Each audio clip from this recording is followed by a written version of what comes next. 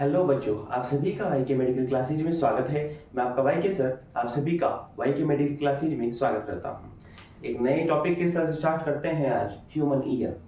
Human के year की बात करता हूं, एक नए टॉपिक के साथ स्टार्ट करता हूं। तो ये स्टार्ट करते हैं आप ईयर। देखिए, अगर मैं बात करता हूं कि ईयर की, तो मैंने बताया कि year is the organ of hearing and balance. मतलब क्या होता है, आपका जो ईयर है उसके दो फंक्शन थे, कौन कौन से? Number one hearing and involve in balance. मतलब आपका एक तो हियरिंग का काम करेगा, दूसरा आपके बॉडी का बैलेंस मेंटेन करने का जो काम करता है वो कौन करता है? वो करता है आपका ईयर।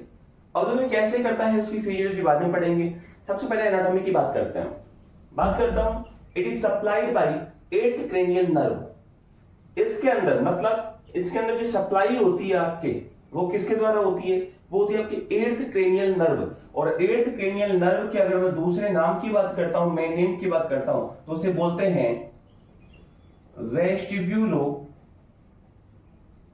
Cochlear nerve. याद रखना, आपके नर्वस के अंदर आपकी जो 8th क्रेनियल नर्व होती है, 8th क्रेनियल जो नर्व होती है उसका नाम होता है वेस्टिब्यूलो कॉक्लियर नर्व।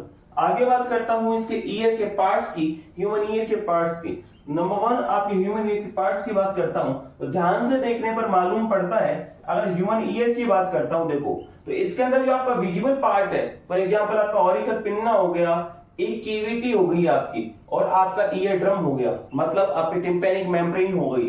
ये तीनों के तीनों इन्वॉल्व किसमें होते हैं? ये तीनों के तीनों इन्वॉल्व होते हैं आपके आउटर ईयर के अंदर। आउटर ईयर के अंदर आपका ऑरिकल मतलब आपकी पिन्ना जो कि विजिबल पार्ट है वो भी इन्वॉल्व है। आपकी जो केविटी है जो कि आपके ईयर को आपके पिन्ना से कलेक्ट करके ईयर ड्रम के पास में ले जाने का काम करती है, वो भी इसके अंदर इन्वॉल्व है, जिसे नाम दिया एक्सटर्नल अकॉस्टिक मैटस।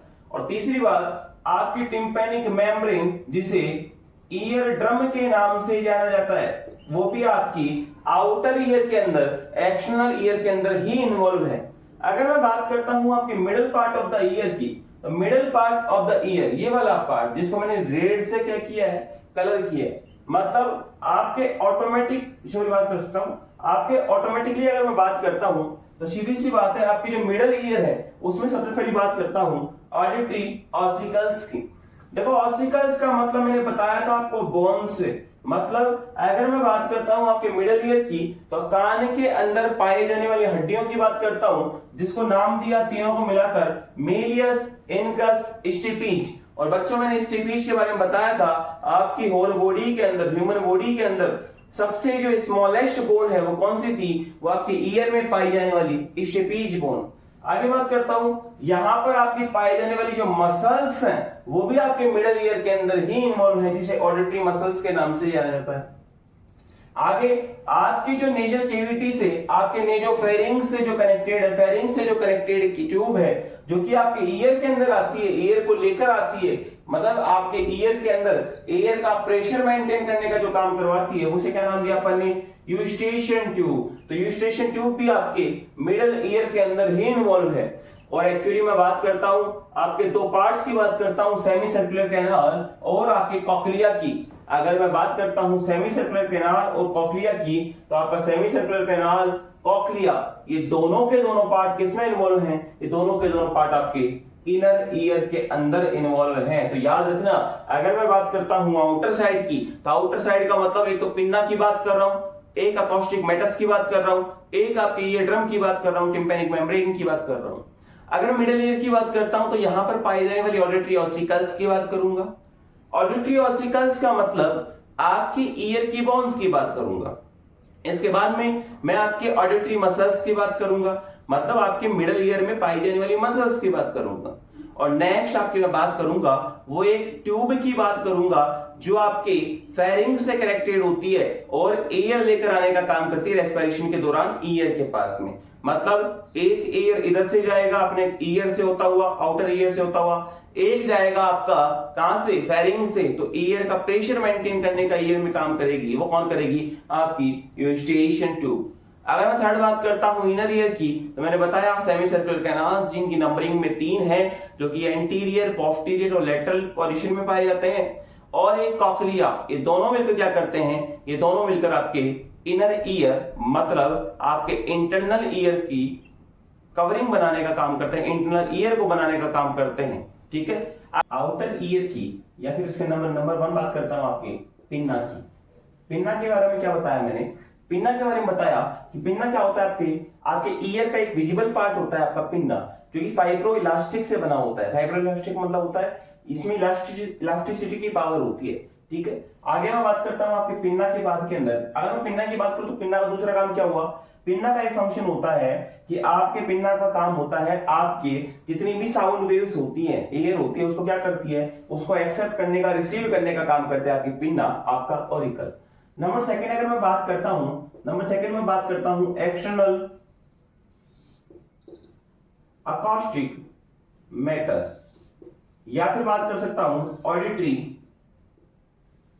कैनाल। एक ही बात है, एक्सटर्नल अकॉस्टिक मैटर्स या फिर कैनाल की बात कर सकता हूं। इसका फंक्शन क्या होता है, पहली बात तो इसका फंक्शन होता है आपके पिन्ना से आपके ईयर ड्रम के पास में ईयर को लेकर जाने का, आपके साउंड वेव्स को लेकर जाने का, मतलब आपके रिसीव करने का काम करेगी पिन्ना के पास से आपके ईयर को, आपकी साउंड वेव्स को, और आपके कैविटी से होती हुई कहां लेकर जाएगी, आपके ईयर ड्रम के पास में टिम्पैनिक मेम्ब्रेन के पास में लेकर जाने का काम करती है। और जो जैसे ही टिम्पैनिक मेम्ब्रेन के पास में आपकी साउंड वेव्स आती हैं, तो टिम्पैनिक मेम्ब्रेन से क्या होता है, आपके साउंड वेव्स टकराने का काम होता है, और वहीं से क्या होता है, आपके वाइब्रेशंस का प्रोडक्शन होता है। तो आगे मैं बात करता हूं मिडिल ईयर के पार्ट की। आपके मैं देखो नेक्स्ट बात करता हूं आपके ईयर ड्रम की।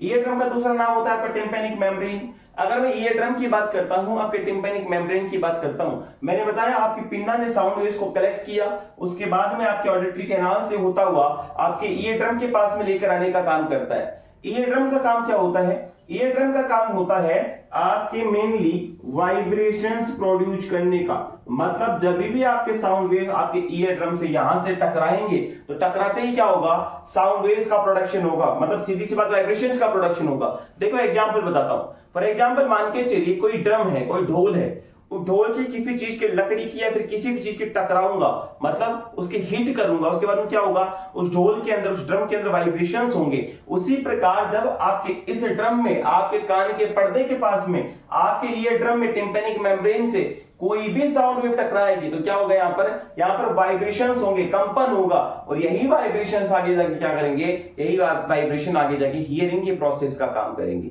आगे बताऊंगा ईयर ड्रम के बारे में बात करता हूं आपके ऑडिटरी ऑसिकल्स की।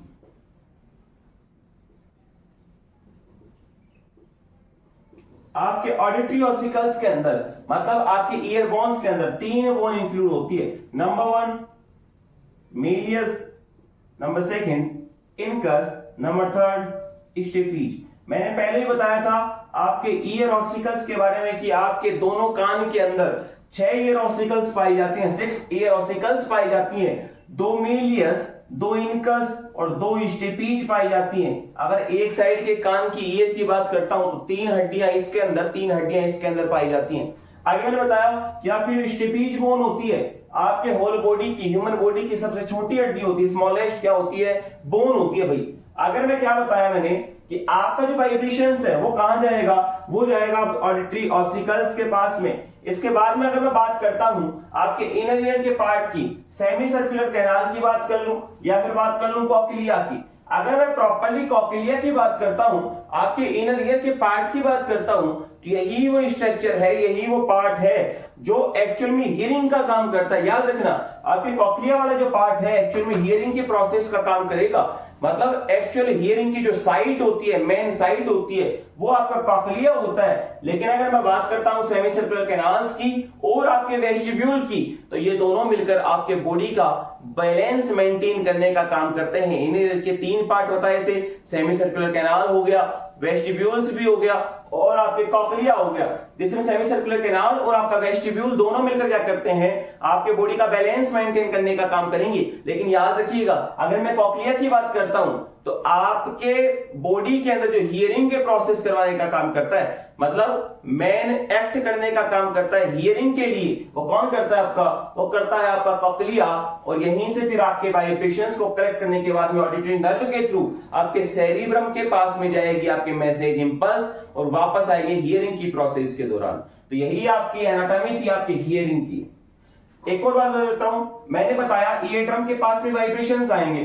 दूसरी बात, यूस्टेशन ट्यूब भी आपके मिडिल ईयर में पाई जाती है। इसका फंक्शन क्या है, ये आपके फेरिंग से कनेक्टेड होती है, जो फेरिंग से कनेक्टेड होती है, तो वहां से भी एयर को लेकर आने का काम करेगी और यहां से भी एयर को लेकर आने का काम करेगी। तो दोनों साइड में क्या करेगी, दोनों साइड के अंदर बैलेंस मेंटेन करने का काम करती है। फॉर एग्जांपल, मैंने एक सीधा सा एग्जांपल दिया था, किसी के गाल पे इधर से मैं तमाचा मारूंगा तो उसका गाल क्या होगा, इस साइड के अंदर रोटेट कर जाएगा, वाइब्रेट कर जाएगा। अगर दोनों गालों के ऊपर मैं एक साथ तमाचा मारूं तो वहां पर क्या होगा, उसका बॉडी का बैलेंस बिल्कुल मेंटेन हो जाएगा। ये छोटा सा एग्जांपल था। इसी के थ्रू मैं बता सकता हूं कि आपके आउटर ईयर से जो एयर आएगी, अगर इनर ईयर से आपकी यूस्टेशन ट्यूब से एयर नहीं आएगी तो वहां पर क्या होंगे, वहां पर वाइब्रेशंस ज्यादा होंगे, वहां पर बैलेंस मेंटेन नहीं हो पाएगा। इसलिए बैलेंस को मेंटेन करने के लिए दोनों साइड से एयर आना जरूरी है। तो ये आपके ईयर को, मतलब कि ईयर के प्रेशर को मेंटेन करने का काम करती है।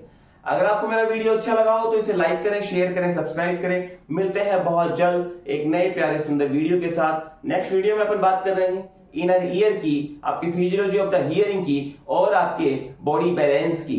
तब तक के लिए राधे राधे, जय श्री श्याम।